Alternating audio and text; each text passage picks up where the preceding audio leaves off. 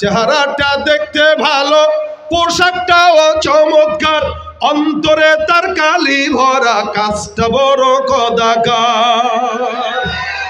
ঠিক কিনা? চেহারাটা দেখতে ভালো, পোশাকটাও চমৎকার, অন্তরে তার কালি ভরা, কাজটা বড় কদাকার। এই মানুষের ভিড়ে আজ আসল মানুষ নাই রে নাই, এই মানুষের ভিড়ে আজ আসল মানুষ নাই রে নাই।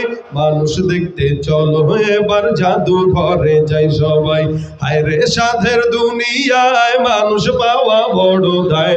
মানুষ দেখতে চলো এবার জাদু ঘরে যাই সবাই। কথা কয় না, ঠিক কিনা? শিক্ষার জোরে ডিগ্রির ভারে সাহেবের মাজা বাঁকা, মুচকে হেসে সব অফিসে নেয় যে ঘুষের টাকা। শিক্ষার জোরে ডিগ্রির ভারে সাহেবের মাজা বাঁকা, মুচকি হেসে সব অফিসে নেয় যে ঘুষের টাকা। শিক্ষিত এই অমানুষদের দেশে তো আজ অভাব নাই, শিক্ষিত এই অমানুষদের দেশে তো আজ অভাব নাই। মানুষ দেখতে চলো এবার জাদু ঘরে যাই সবাই, হায় রে সাধের দুনিয়ায় মানুষ পাওয়া বড় দায়। মানুষ দেখতে চলো এবার জাদু ঘরে যাই সবাই। ঠিক কিনা? তাহলে মানুষ আসলে মানুষ নাই, 100-র ভিতরে 99টাই অমানুষ, বাকি একটা কোনো মতে টেনে হেসে মানুষ। কেন বললাম? অধিকাংশের ভিতরে কোরআনের জ্ঞান নেই, আর যার ভিতরে আল্লাহর কোরআনের জ্ঞান নেই সে প্রকৃত মানুষ হতে পারে? ওই যে আল্লাহ বলছেন আগে পড়ো তারপরে মানুষ হও।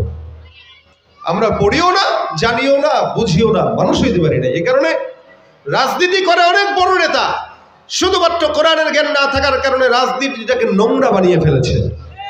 বাংলাদেশের বর্তমানের রাজনীতি মানেই মারো আর কাটো, আর কে কার মাথায় ছুরি দিয়া গুলি করে মারতে পারো, এটাই হলো বর্তমানের রাজনীতির হাল। কেন? যারা রাজনীতি করে এরা রাজনীতিকে রাজনীতি মনে করে, এটাকে কোনো ইবাদত মনে করে করে না। যদি ইবাদত মনে করে করতো তাহলে জনগণের সেবার জন্য নিজের জান বিসর্জন দিত, জনগণের রিলিফের মাল চুরি করে খাওয়ার জন্য এক বিন্দু পরিমাণ আগ্রহ তার থাকতো না।